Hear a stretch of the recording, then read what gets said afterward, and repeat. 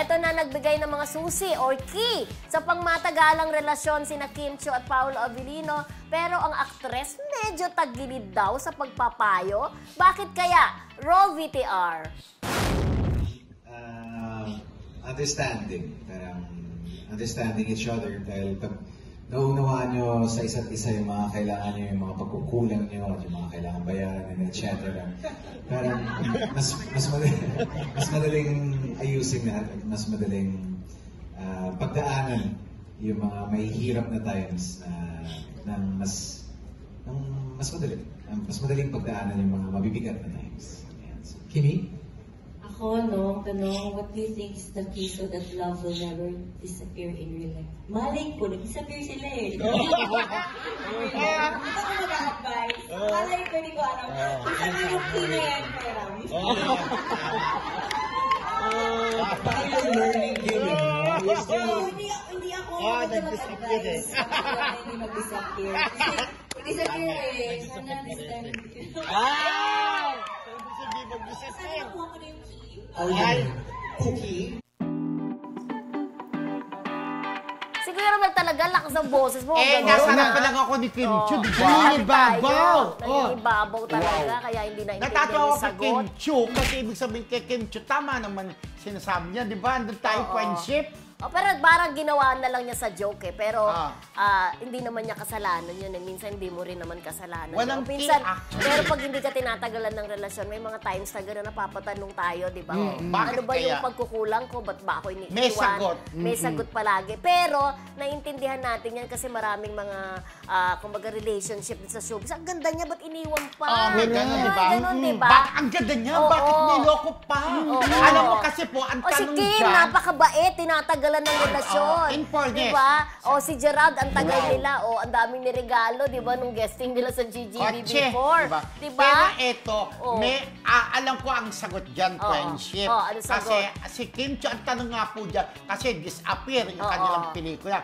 Bakit, ano ba ang key para hindi mag-disappear yung relasyon? Diba? Sabi ni Kim, paano ako? Paano daw siya magpapayo? Sabi niya, kasi siya, hindi ko rin alam yung key. Kasi paano siya magsasabi ng nagdaan siya sa mga failed relationship, di ba? Pero ako, alam mo, Kim Chiu, ganito yan, para malaman mo. Gusto nga sabihin sa kanya nung time na yun eh. Diba? Alam mo, Kim Chiu, may reason kung bakit kayo naghiwalay ni Gerald Anderson at saka ni Sian Lim. Ang reason, kahit matagal mong jowa sila, ay Diyos ko, kasi sabi nga ni Paolo, ang bagsak ko kay Kim, ang sa tingin ko, kasi kayo ang magkapalaran.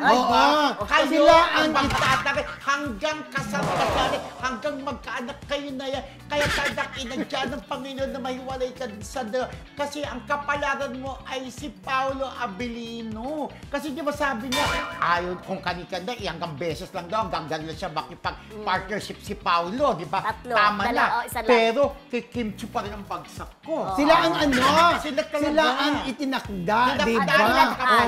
Tinadhana. Doon naman sa sinabi ni Paolo naman, ang sagot naman niya yung key siguro yung pagiging understanding.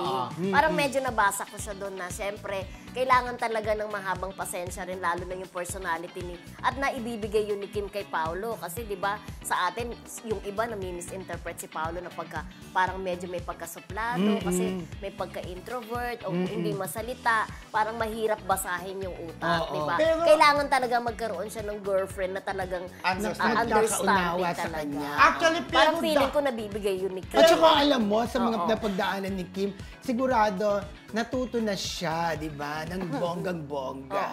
Pero sa tingin ko, dapat dalawa kayo dapat understanding, di ba? Na dapat iintindihin nyo o unawain yung isa't isa para magkaintindihan kayo. Sa nakikita ko naman, parang sila ganun, di ba?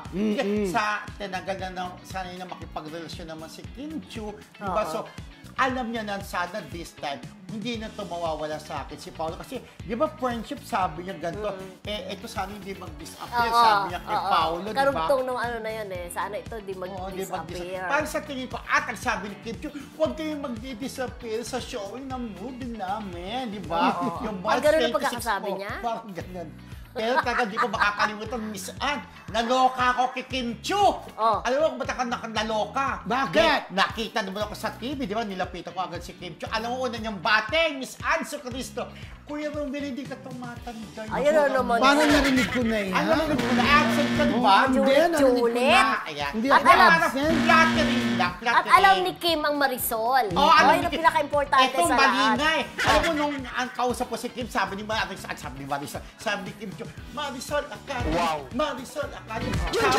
Sabi ni Jun, sabi ni Mildred, bakit hindi ko nakunan, di ba? Hindi ko nakunan kasi ang ganda-ganda ni Kim Chiu nung gabi yun, di ba? Correct. Bagay din sa Parang gusto ko gwapo nga ni hiramin yung- Paolo. parang gusto Yung ko gown na haramin yung dilaw. oo, pa. Bagay din kasi payat-payat Oh, ka rin eh, payat, di ba? oo. Ang ganda Kaya ni lang ang gwapo medyo, ni ano, Paolo. Pero parang hindi silent kasya bandang type ano. siya, no? Oo, tama. Pero ang gwapo niya, kita mo, Bex Battalion, titigil siya, sabi naman siya, Ay, ang taas ng live viewers, sabi niya, ah. Bex Oo. Battalion, di ba? Oo. Nakaan sila, magkasama sila sa isang tent. Oh, Si idagdag natin, Kim Chiu, di ba? nagsisimula na po ang kanilang mall show sa SM Valenzuela doon sa amin Sa dati Antipolo. galing. Sa Antipolo. Talaga ang nadala dami sa akin ni kinikilig. ano, Ang husay daw nilang mag-perform. Sweet Rose Ancheta, Bongga. hello, Oo. friendship. Pero Sweet talagang Rose. ang dami pong nanonood ngayon. Yes, oo. Yan, kasama sa nanonood si Bumati ka Junjun. na Hi, ulit. Junjun. Mildred. Margaret Molano, hello Pam. Princess Pagyo, Bek pa. Ayan. Michelle Gomez, hello. Ayan.